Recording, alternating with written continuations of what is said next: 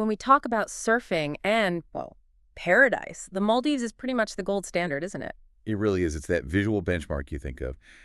Clear, warm water, these vibrant coral reefs, consistent swell rolling in from the Indian Ocean. Yeah, it looks like a postcard, but maybe more importantly, it feels like a place that was just perfectly curated, designed for high-end escapism. And that word curated, it definitely suggests deliberate planning. But what's really fascinating, and something we've been digging into, is the conflict kind of built into this destination. Okay. We've been looking at some great source material, actually, including an incredible excerpt from this new book, surfEXPLORE, Discovering New Surfing Locations Worldwide.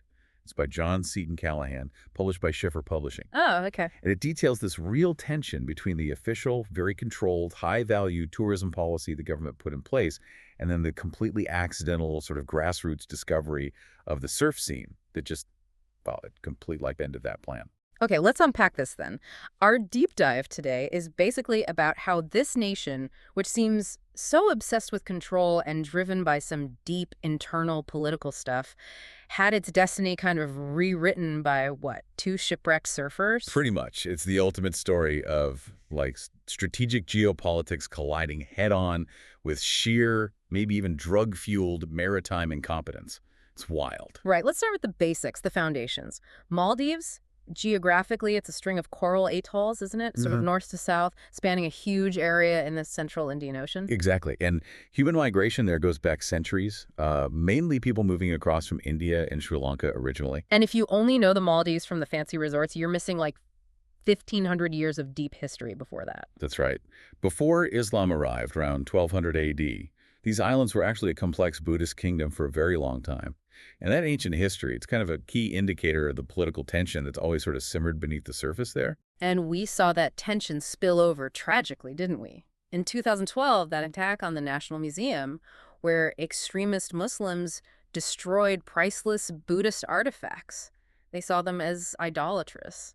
Yeah, it's a really jarring event, but it does remind you that maintaining, a coherent national identity and political stability in such a fragmented place, it's an ongoing challenge for the capital, Molly. Precisely. And that need for centralized control and stability, it links directly to their strategic value, I suppose. Absolutely. The British certainly recognized this.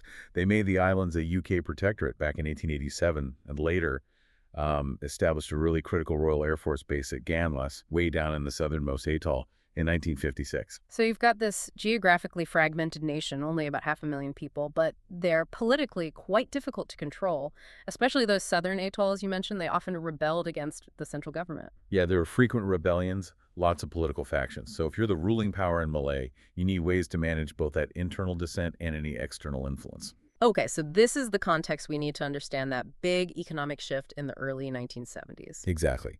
When the government decided, okay, we need to diversify beyond just tuna fishing, their priority wasn't just bringing in money, it was maintaining control.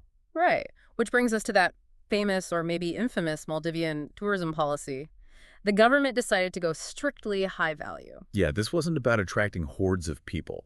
It was about attracting revenue they could manage easily, centralize, and importantly, tax effectively. The mandate was clear, and it's actually still largely in place today. What? Attract one person spending, say, USD $100 a day, rather than 10 people spending just USD $10 a day.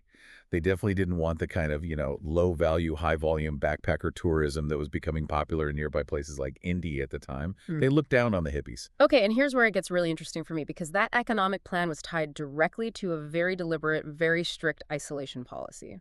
The whole idea was to keep visitors completely away from locals. Why? Why was minimizing that cultural context so crucial for them? Because exposure, well, it introduces variables, things the central government can't easily predict or control.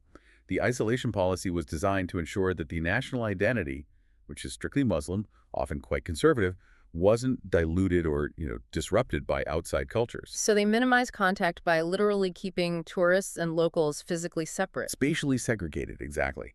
And the mechanism for doing that was, well, ingenious, if a bit rigid. You have these resort islands where almost all the employees are non-Muslims, contracted from places like Sri Lanka or the Philippines. Right, so visitors fly into the airport island, and then they're immediately whisked away by boat or seaplane directly to their segregated resort. Many, maybe most, Visitors to the Maldives never even set foot in Malé, the capital city. It was designed as this perfectly sealed system. High tax, low contact, based on fixed assets, the resorts themselves. That was the only kind of tourism the government really wanted. Tourism that stayed put on a specific sanctioned island. A perfectly sealed system designed to repel foreign influence. And yet, this whole system was about to be completely undermined by something the government probably never, ever considered. The surfing industry. Ah. Surfing was absolutely not on their development plan. It's the ultimate counterpoint to all that careful engineering. So tell us the story. How did it happen? It's legendary, really. Early 1973, you've got two Australian surfers, Tony Hinde and Mark Scanlon. They're on a boat in Sri Lanka, and the plan is to sail clear across the Indian Ocean to South Africa. Ambitious trip. Very. But the journey was pretty much doomed from the start. The sources talk about a captain who wasn't just inept, like near-zero navigation skills, Oh, boy. but was also, let's just say, significantly influenced by drugs and completely confused about where they actually were. That sounds like a recipe for disaster. Which is exactly why, a few nights into the journey, the boat crashes hard onto a reef in the Maldives. Way, way off course. Imagine the panic, the disaster for the crew. Total chaos. But then, The next morning, the terror kind of morphs into this moment of pure serendipity. Tony and Mark, having survived the wreck, they look out at the reef where their boat is stuck. And And they notice these incredible waves breaking perfectly along it. Plus, there's the seasonal offshore northwest wind grooming them. They hadn't just crashed, they'd accidentally found a surfer's paradise. wow. So they salvaged what they could, made it to Malay. Yeah. Mark eventually got a flight out. But Tony Hinde, he made this life-altering decision. He stayed. He just stayed. He stayed. Yeah. Dedicated the next few decades of his life to the Maldives. Where He married a local Maldivian woman, raised a family there, converted to Islam. he fully integrated. He wasn't just a visitor, he became part of the community. Absolutely. And for many years, Tony surfed pretty much alone. Or maybe with just a very small, trusted group of friends. He spent his time exploring the North Malay Atoll, quietly charting all the breaks. So he's the one who found and named many of those waves that are now world famous. He is. He was basically the keeper of this incredible secret for nearly 2 decades. But, secrets like that, especially involving world-class waves, they're hard to keep forever. Right. The shift from personal discovery to commercial reality must have been inevitable. It was. That initial period of, mateship and secrecy kind of exploded into a commercial boom in the early 1990s. How did that happen? Well, the source material outlines this really dramatic shift. It describes a moment when a group of friends Tony had actually shared his waves with decided that, quote, making money was more important than mateship. Ouch. So they basically cut him out. It sounds like it was an ethical turning point. These former friends started their own paid surf tour business, bringing paying customers to North Malay, effectively monetizing Tony's discovery without him. And that aggressive move, that's what really kicked off the whole surf tourism boom. Fundamentally, yes. And Tony, the guy who dedicated his life to these islands and waves, he realized he had to react fast. He had to get in the game. Exactly. But not just for profit, it seems, but for agency, to have some say in how things developed. So he founded Atoll Adventures, his own surfing travel agency, in 1992. And he actually said something about that, right? Yeah, there's a quote from him in 1993. I knew if I did not start a business, I was going to be the odd man out and have no say in the surfing development of Maldives, so I started Atoll Adventures. Okay, and this is where the mechanism of disruption really comes into play, isn't it? Because Tony didn't just open a resort on an island. No, crucially, he pioneered the use of live-aboard boats to access these waves. Think about it. A resort is a fixed asset. The government can easily tax it, police it, control it. Right, it fits their model. But a live-aboard boat, that moves freely between atolls, accessing breaks all over the place. That poses a completely different kind of challenge to their centralized isolationist policy. It totally bypasses the established controls. It relies on mobility, getting to waves that aren't on those designated tourist islands. Suddenly, the government had to figure out how to regulate mobile tourism in the ocean itself, an area that hadn't really been subject to that kind of rigid tourist oversight before. Okay, so if you're planning a trip now, understanding the seasons is obviously critical. Absolutely key. The Maldives really have 2 very distinct seasons for both waves and weather. So first, there's the dry season. That runs roughly November to April. Generally, yeah. And it's beautiful weather, low humidity, not much rain, and the winds are usually light coming from the northwest, north, or northeast. Great for sunbathing. But maybe not peak surf season. Less ideal for maximum surf, usually. The Yeah. big ground swells from the south haven't really kicked in yet. Okay, then you transition into the southwest monsoon. When does that hit? That typically starts ramping up in late May or early June.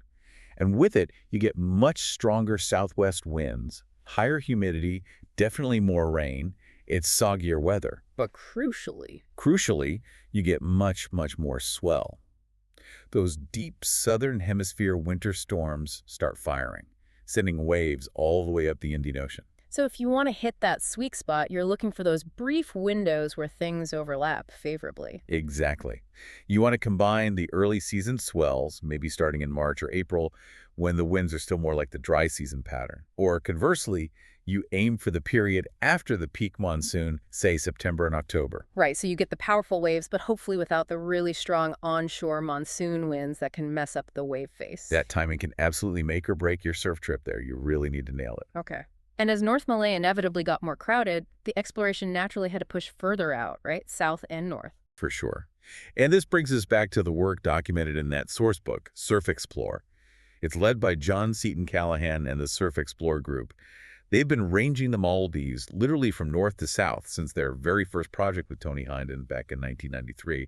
They've opened up dozens of reef breaks over the years. Wow. And those early expeditions, especially to the south, must have been incredibly difficult given the government's attitude. Oh, absolutely. They really highlight how challenging the government made any movement outside the main tourist zones back then. Mhm. In the 1990s, the southern atolls were basically a highly restricted area, almost zero tourism infrastructure. You couldn't just sail down there. No way. Yeah. You need a special outer atolls permit directly from the government. And they needed official permission for every single person on every single trip. It was this heavy bureaucratic hurdle, really another layer of political control. And travel itself was slow back then. Trips were pretty much exclusively by sailing dhow, or maybe an engine dhow. A surf ferry down south could easily take a month, maybe more, just factoring in transit time, waiting for swells, the long journey back to Malay. Serious dedication required. Persistence, definitely. But the sources also say this is changing, and changing fast. The government's been pouring investment into the south lately. New airports, resorts, infrastructure. What's driving that? Why open up these previously restricted areas now? Well, it's actually still rooted in that original political challenge, that need for control. By building infrastructure and resorts in the south, they're creating local jobs, alternatives to the traditional fishing industry. Ah, so it's a form of social engineering. Kind of, yeah. A mechanism designed to curb those historical rebellious tendencies in the southern atolls by linking them more closely to the centralized, tourism-driven economy. That's fascinating. So the political need to pacify the South has, ironically, made all those formerly restricted waves much more accessible for surf tourism. Exactly. And now you've got much better telecom services, internet access becoming common, even in those once remote areas. It's a different world down there now compared to the 90s. So when we pull this all together, what does it really mean for the story of the Maldives? You have this country that spent decades meticulously crafting this high-end, isolated, perfectly sealed box for tourists. Right. And that box was just fundamentally gate-crashed by two shipwrecked surfers. Their survival, their discovery, it inspired a whole industry built on mobility, freedom, and deep local knowledge, the exact opposite of the government's plan. It's the ultimate story of human intent versus accidental fate, isn't it? Yeah. And geography just dictating opportunity.